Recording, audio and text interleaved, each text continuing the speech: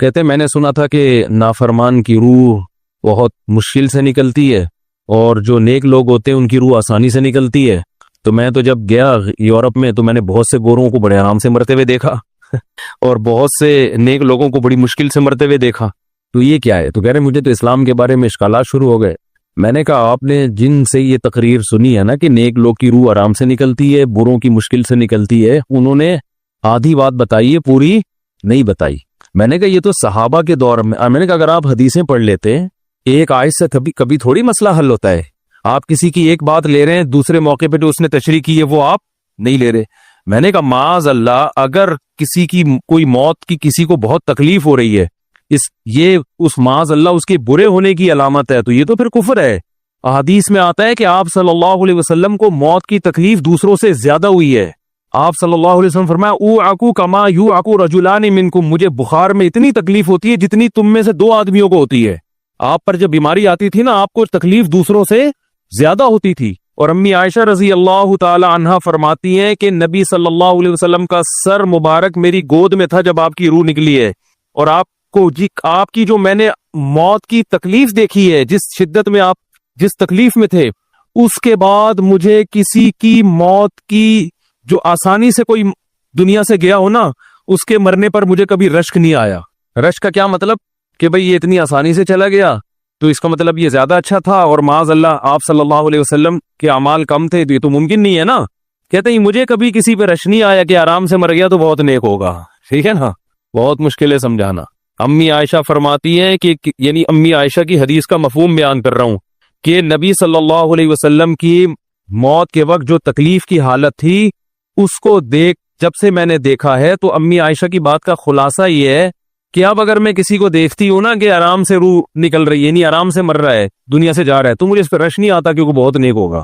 کیا مطلب؟ اس کا نیک عمل سے تعلق بولتے کیوں نہیں ہے. لیکن ہمارے ہاں سارا مدار کس پر ہے؟ مرنے کے بعد شکل کیسی ہے اس کی؟ آڑا ترشا ہو گیا تو جہنم میں جا رہا ہے اس کا مطلب. اور اگر مرا ہوا ہے، دانت کھلے میں، ایسے لگ رہا ہے مسکرا رہا ہے، سیدھا کہاں جا رہا ہے؟ او بھائی، اگر خدا نہ خواستہ کوئی لکوے کا مریض تھا، کوئی فالج کا مریض تھا، وہ تو مرے گا تو اس کا تو بیچارے کا ہوگا تھوڑا سا چہرہ بھی ٹیڑھا ہو سکتا ہے، کچھ بھی ہو سکتا ہے، نیک لوگوں کا بھی ہو سکتا ہے. تو مدار کس پر ہے؟ اعمال پر. اور نیک لوگوں کو بعض دفعہ موت کے وقت ڈبل تکلیف دی جاتی ہے. ایک تو اس لیے دی جاتی ہے، یا تو اس لیے کہ کوئی گناہ ان کا باقی رہ گیا ہوتا ہے. اللہ کیا کہتے ہیں؟ بھائی قبر میں جانے سے پہلے اس کو ہمارے پاس دھلا کے لے کے آؤ، صاف ستھرا ہو کے. اب ہمارے پاس آ رہا ہے تو اب ہم نہیں چاہتے کہ اس کے گناہوں کی گٹری ہو، اس کو پاک صاف کر کے لے. میں نے بڑے بڑے بزرگ دیکھے جن کو آخری وقت میں بہت مصیبت میں گزری ان کی، یعنی زندگی کے آخری ایام، بیٹیوں کی ٹینشن، کسی بیٹی کو طلاق ہو گئی، وہ گھر آ گئی، کوئی اور مسئلہ ہو گیا، تو بڑی ٹینشن میں آخری وقت. لیکن وہ زبان سے کیا کہتے تھے؟ شکر. کیا شاید اللہ تعالی ہمارے گناہوں کو معاف کرنا چاہتا. اولاد کی حدیث میں آتا ہے کہ انسان کو اس کی گھر والی کی طرف سے، اس کی اولاد کی طرف سے، اس کے جسم کی طرف سے تکلیفیں پہنچتی رہتی ہیں اور اس کے گناہ معاف ہوتے رہتے ہیں، حتی لقی اللہ طاہرا مطہرا، جب اللہ کے پاس آتا ہے نیٹ کلین، بالکل گناہوں سے پاک صاف ہو گیا. لیکن یہ تکلیف ہوتی ہے جس میں صبر کی توفیق بھی ملتی ہے، کیونکہ اللہ دے رہا ہے نا تکلیف، اور اللہ سزا کے طور پہ نہیں بلکہ کفارے کے طور پہ، تاکہ ہمارے پاس آئے تو صاف ستھرا ہو گئے. تو اس تکلیف میں پھر صبر کی توفیق، اس لیے علماء کہتے ہیں جس تکلیف میں صبر کی توفیق مل رہی ہے سمجھ لو یہ رحمت ہے. یہ کیا ہے؟ رحمت. یہ اللہ آپ کو بنانا چاہ رہا ہے کچھ. اب لوگ کہتے ہیں یہ والی تکلیف کیوں، وہ والی کیوں نہیں آئی، یہ تو بہت زیادہ ہو گئی. تو بھئی اللہ سے کوئی نہیں لڑ سکتا، وہ جو دے رہا ہے وہ اس پہ صبر کرو. اسی کو کہتے ہیں تقدیر پر رضا، جو اللہ نے مقدر کیا ہے اب اس پہ کیا ہے؟ کوشش کریں گے اللہ سے عافیت مانگے، اے اللہ ہمیں تکلیفیں نہیں چاہیے، ہم تو ویسے ہی کمزور ہیں، ایسا نہ ہو تکلیف میں اور ہی نافرمانی پہ نہ آ جائے. ہمیں تو خوشیوں بھری زندگی چاہیے، اور اللہ ان خوشیوں میں شکر کی توفیق دے کے گناہ معاف کر دے. ٹھیک ہے نا؟ جیسے لوگ حکیم کے پاس جاتے ہیں، حکیم صاحب کے پاس 2 طریقے ہوتے ہیں علاج کے. ایک طریقہ تو یہ کہ بھائی یہ کڑوی گولی ہے، 2-3 کھاؤ گے فٹ فاٹ ہو جاؤ گے، اس میں یہ بھی پرہیز، یہ بھی پرہیز، یہ بھی پرہیز. اور ایک طریقہ ہوتا ہے بھائی دودھ جلیبی کھاؤ، علاج لمبا ہو جائے گا، لیکن وہ دوا میں کیا ہے؟ دودھ جلیبی. تو آپ کہتے ہو بھائی یہ دودھ جلیبی والا مجھے دے دو، ٹھیک ہے لمبا علاج کروا لوں گا، فائدہ دیر سے ہوگا، لیکن میں یہ کریلے کا جوس نہیں پی سکتا. تو ہم نالائق لوگ ہیں. شکر سے بھی انسان کے ترقی ہوتی ہے، تو اللہ سے یہ مانگنا چاہیے اللہ ہمیں نعمتیں دے، تکلیفوں سے بچا، اور شکر کی توفیق دے تاکہ ہمارے درجات بلند ہو. تو شکر کے بھی تو بڑے فضائل ہیں نا. تو مانگنے تو کیونکہ عبدیت اور غلامی کا تقاضا یہ ہے کہ اللہ سے عافیت مانگی جائے، لیکن اللہ تکلیف دے دے تو اس پہ صبر۔ تو ہمارے نبی صلی اللہ علیہ وسلم کو ہاں یا تو اس لیے تکلیف ہوتی ہے گناہ معاف، یا اس لیے کہ درجات بلند۔ اللہ چاہتا ہے کہ بھئی یہ دنیا آزمائش کی جگہ ہے، جب آخرت میں آنا تو اتنا تجھے نوازوں۔ تو ہمارے نبی صلی اللہ علیہ وسلم جنت میں آخرت میں سب سے اعلیٰ مقام کس کا ہوگا؟ سید الانبیاء محمد صلی اللہ علیہ وسلم، حضرت آدم سے بھی زیادہ، نوح علیہ السلام سے بھی زیادہ۔ تو اللہ نے فرمایا کہ آپ کو پروٹوکول دینے کے لیے آخری جو اب آپ کا آخرت کا سفر ہے نا، اس میں مادی تکلیف آپ کو دوسروں سے زیادہ دی جائے گی۔ یہی وجہ ہے کہ حضرت فاطمہ رضی اللہ تعالی عنہ آپ کی چہیتی بیٹی، جب انہوں نے آپ صلی اللہ علیہ وسلم کی اس تکلیف کو دیکھا نا، جو موت کے وقت تکلیف تھی اور جو بخار کی شدت تھی، واہ کرب ابتا، فرماتی تھی ہائے میرے والد کا کرب، بہت زیادہ غمزدہ ہو گئی ان کو دیکھ کر کس قدر تکلیف میں ہے۔ تو آپ صلی اللہ علیہ وسلم نے فرمایا لا کرب علی ابیک بعد اليوم، کیسے تسلی کے جملے۔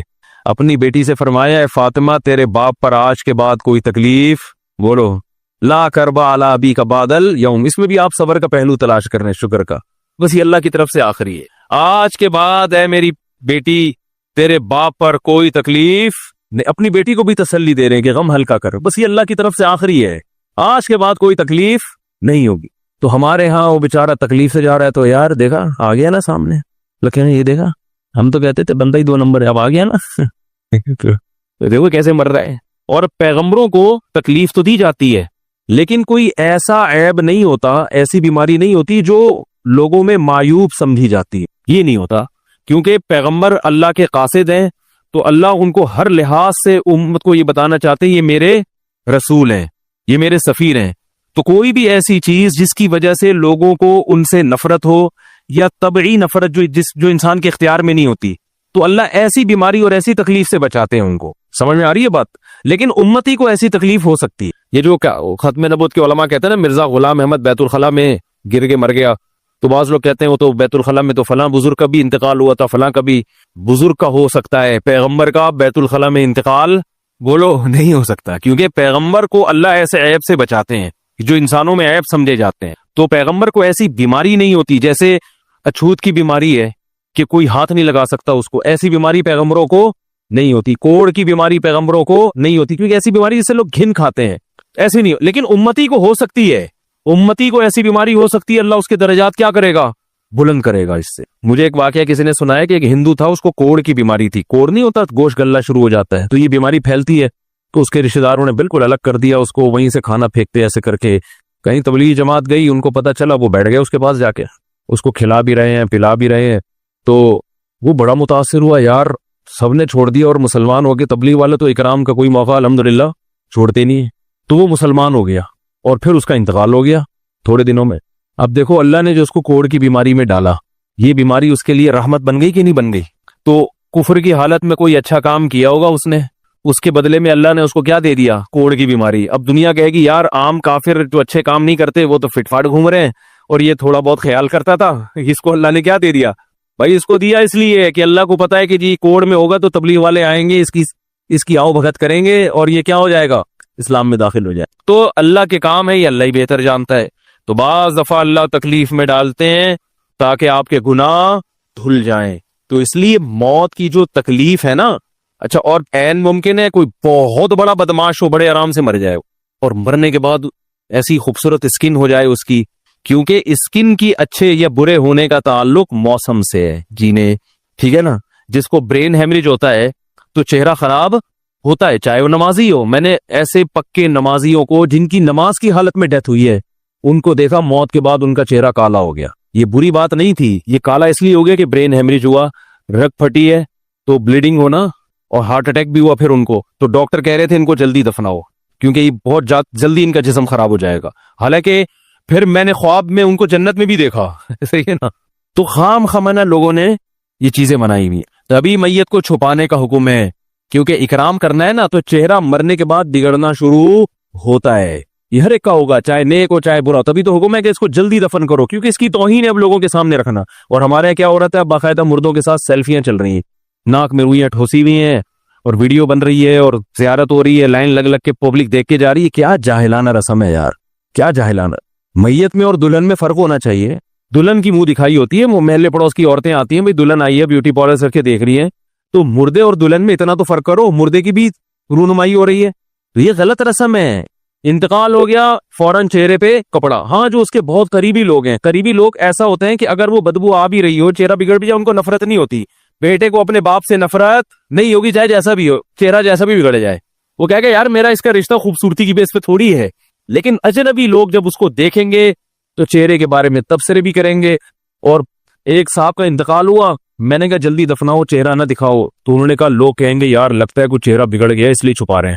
میں نے کہا اب تو اور چھپانا چاہیے, اس لیے کہ جس کا بگڑ جائے اس کو تو چھپائیں گے تو پھر لوگ یقیناً کہیں گے بگڑا ہوا چہرہ ہے. تو اس رسم ہی کو ختم کر دینا چاہیے. انتقال ہوا فوراً چہرے پہ کپڑا. ہاں بیوی دیکھ سکتی ہے اپنے شوہر کو, یا بیٹے ہیں, یا اس طرح جو بھائی بہن ہے قریبی, وہ دیکھ لیں. باقی پبلک سے چھپا کے اس کو فوراً کیا کرو, دفن. اب تو قبر میں جا کے بھی دکھا رہے ہوتے ہیں. یہ اجمیوں کی گندی رسم ہے, بری رسم ہے. گندی کا لفظ میں نے تھوڑا سا زیادہ سخت استعمال کیا, لیکن مجھے اس سے زیادہ ہلکا لگ نہیں رہا کوئی لفظ. عرب میں ایسا نہیں ہوتا. سعودی عرب میں جو ہے نا, عرب لوگ بہت سی چیزوں میں ابھی بھی اسلام کے بہت قریب ہیں, بڑے خاندان. ہم لوگ چونکہ ہندوؤں کے ساتھ زیادہ رہے ہیں نا انڈیا میں, تو بہت سی چیزیں ہم نے وہاں سے کیا لی ہیں جو مذہبی لوگوں میں بھی آئی ہیں.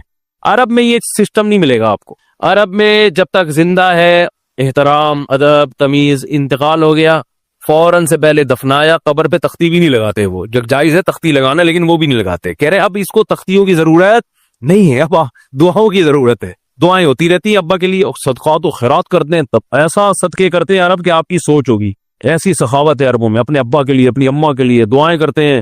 وہ میں نے بتایا نا ایک واقعہ, میں نے بہت پہلے سنایا تھا. جدہ میں کسی کے ہاں ٹھہرا ہوا تھا, سعودی عرب میں, پاکستانی تھے. وہ کسی عرب کے ساتھ 30 سال سے ملازمت کر رہے تھے. عربوں کا نا آپ کو ایک پہلو دکھایا جاتا ہے میڈیا پہ, جو اچھا پہلو ہے وہ نہیں دکھایا جاتا. اور اسلام کی وجہ سے ان میں خوبی ہیں, وہ نہیں دکھایا جاتا. تو ایک عرب شیخ تھا جس کی, ہاں یہ ملازم. دوسرا عرب کا جو اصل کلچر آپ کو ملے گا گاؤں دیہاتوں میں. شہروں میں تو پتہ نہیں کون کون آگے آباد ہوا ہے, اس میں اچھے بھی ہیں برے بھی ہیں.